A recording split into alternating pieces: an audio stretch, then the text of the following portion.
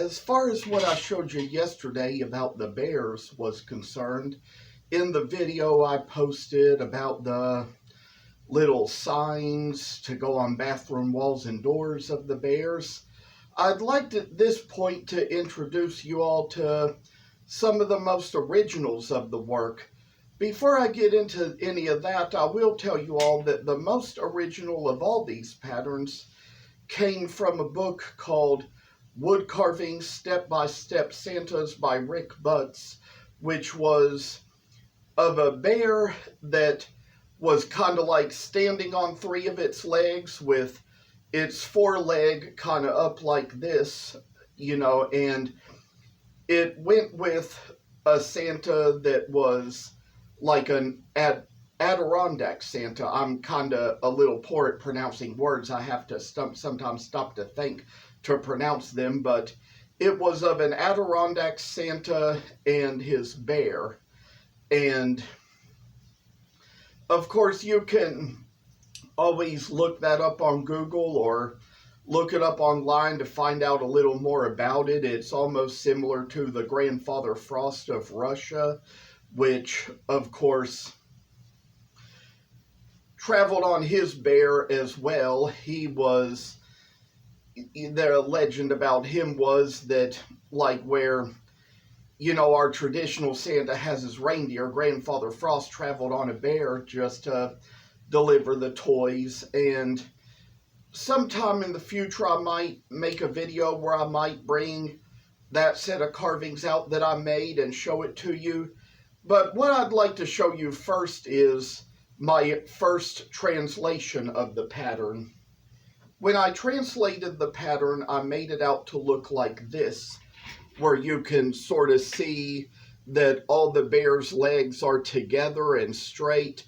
The original pattern had it kind of where there was a cutout in the middle to carve out the legs, but I decided to make it where the front and back legs would be together and where both the front legs would be in the same direction, make it a little easier to carve.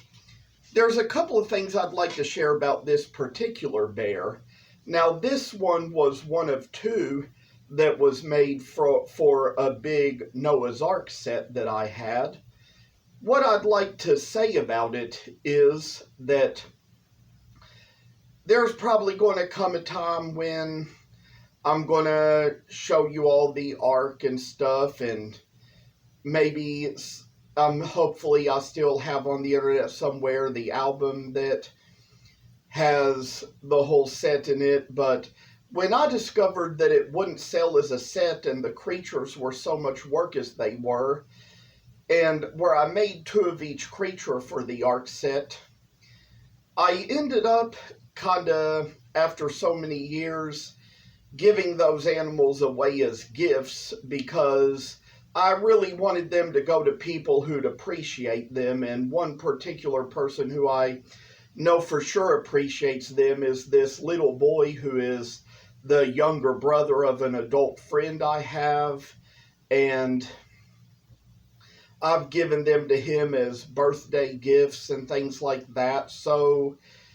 I mean, the bear was one of the many things that went along with them, along with one of every other piece that was to the set. And other pieces to the set I've put up on my wall in my bedroom. The Ark itself is a whole different story, which in another video we will discuss.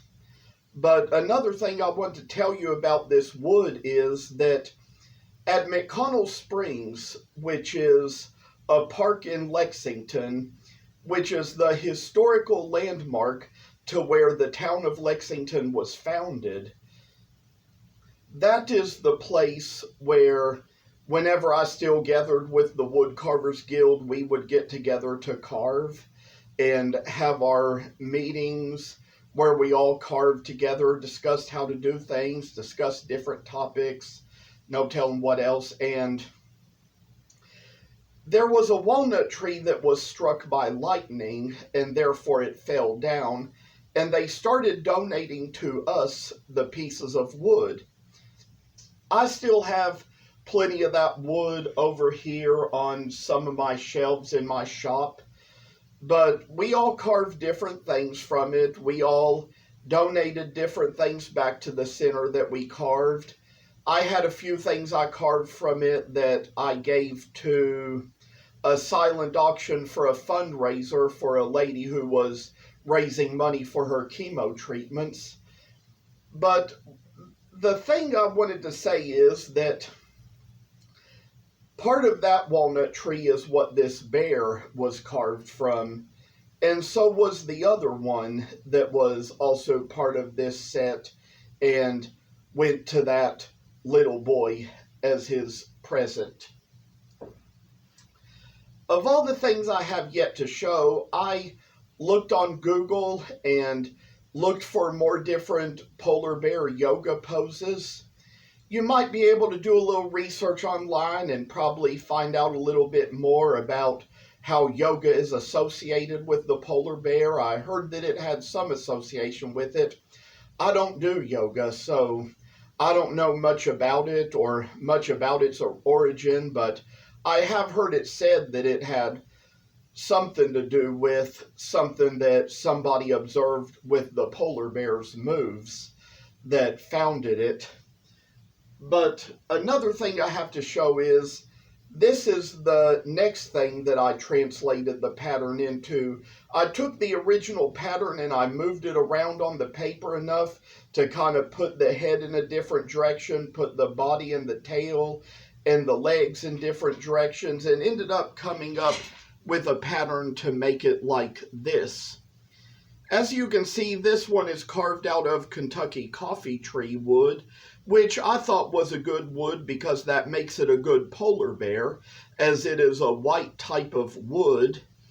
And there's many more things you can learn about the Kentucky coffee tree if you look it up online too.